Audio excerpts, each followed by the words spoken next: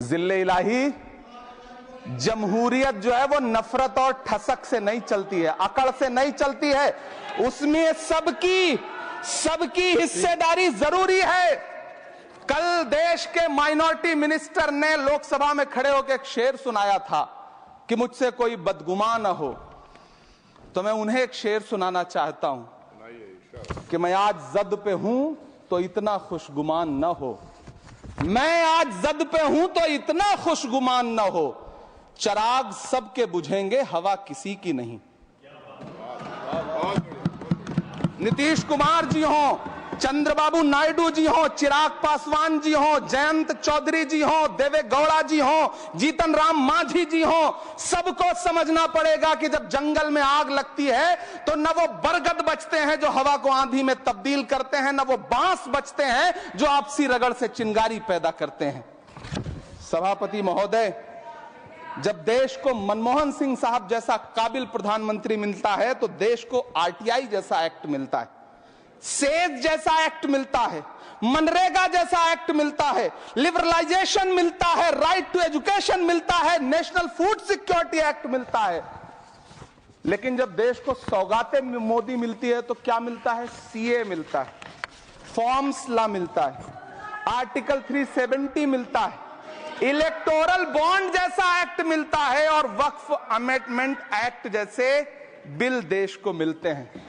मुझे तो अपने हमवतन भाइयों से पूछना है कि आपको अपने बच्चों की तरक्की, खुशहाली और नौकरी की दरकार है या फिर मुसलमानों की दान की गई जमीनों को लूटकर धन्ना सेठों को देने की साजिश करने वाले कानून की? सभापति महोदय, यह सरकार रात के 3 बजे तक पूरे देश को जगा करके संसद में अपने ही नागरिकों को नीचा दिखाने के लिए वक्फ बिल ला रही थी, तो उधर रात के 1:30 बजे अमेरिका हम पर 26% टैरिफ लगा रहा था। सरकार की प्राथमिकताएं देश को पता। सभापति महोदय, मैं बहुत भावुक हूं आज, और मुझे अच्छा लगा कि आदरणीय नेता सदन जगत प्रकाश नड्डा जी ने बहुत अच्छी बातें भी की, मन से बातें की। क्योंकि उनके नाम में प्रकाश जुड़ा है तो मैं उनमें हमेशा एक रोशनी की किरण देखता हूं। मैं उनके सामने बहुत अदब से ये बात कहना चाहता हूं कि चरागों के सफर में दबदबा हो आंधियों का तो फिर अंजाम जुल्मत के सिवा कुछ भी नहीं होगा। ये दुनिया नफरतों के आखिरी स्टेज पर है, इलाज इसका मोहब्बत के सिवा कुछ भी नहीं होगा। मैं भावुक हूं, मेरी पलकें गीली हैं। अगर देश की एक बहुत बड़ी आबादी को लगता है कि आप उसका भला करने के लिए नहीं बल्कि उनकी इबादतगाहों, उनकी कब्रिस्तानों, उनकी खानकाहों को बर्बाद करने का बिल ला रहे हैं, तो फिर आप अगर समझाने में नाकामयाब रहे हैं तो यह आपकी नाकामयाबी है। पहले समझाइए, उसके बाद कोई बिल लेकर के आइए, तब शायद हम आपका इतनी पुरजोर तरीके से विरोध ना करें। लेकिन सभापति महोदय, मैं अंत में सिर्फ इतना कहना चाहता हूं कि इस बिल में जो भी पॉइंट्स दिए गए हैं, बॉम्सी पोर्टल देख लीजिए, सरकार का झूठ आपको पकड़ में आ जाएगा।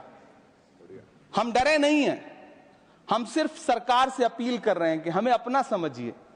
हम आपके अपने हैं, इस देश के नागरिक हैं, और आप ताकत में हैं। संख्या बल के आधार पर बिल हो सकता है आप पास करा ले, लेकिन आपको यह बात समझनी पड़ेगी कि हम तो वो तारीख हैं, जहनों में रहना है, जिसे कागजी पुर्जे नहीं जो फाड़ डाले जाएंगे।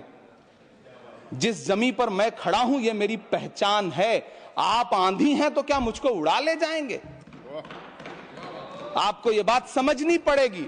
आपको अगर इतना विपक्ष की तरफ से पहले जेपीसी में इतने सारे पॉइंट्स आए और उसके बाद कल से लोकसभा में और राज्यसभा में सुझाव आप सुनने को तैयार नहीं है, लोगों की शंका को दूर करने के बारे में आप बिल्कुल सोच नहीं रहे, बस आप कह रहे हैं यह बिल उम्मीद की नई किरण है। नहीं साहब, इसे भले किरण जी लेके आए हैं, लेकिन ये उम्मीद की नहीं बल्कि नाउम्मीदी की किरण है। और इस देश की एक बहुत बड़ी आबादी इस बात से खदशे में है, शक में है कि आप सीधे उनकी जमीनों को लूट करके धन्ना सेठों को बेचना चाहते हैं। मेरी अब भी आपसे अपील है कि कि इस बिल को वापस लीजिए। यह बिल कहीं से आपके अपने नागरिकों के लिए अच्छा नहीं है। यह बिल सिर्फ इस देश के मुसलमानों को नीचा दिखाने का और अपने एक ऐसे मतदाता वर्ग को खुश करने का बिल है जिनको इस बिल के पास हो जाने से कुछ मिलेगा भी नहीं।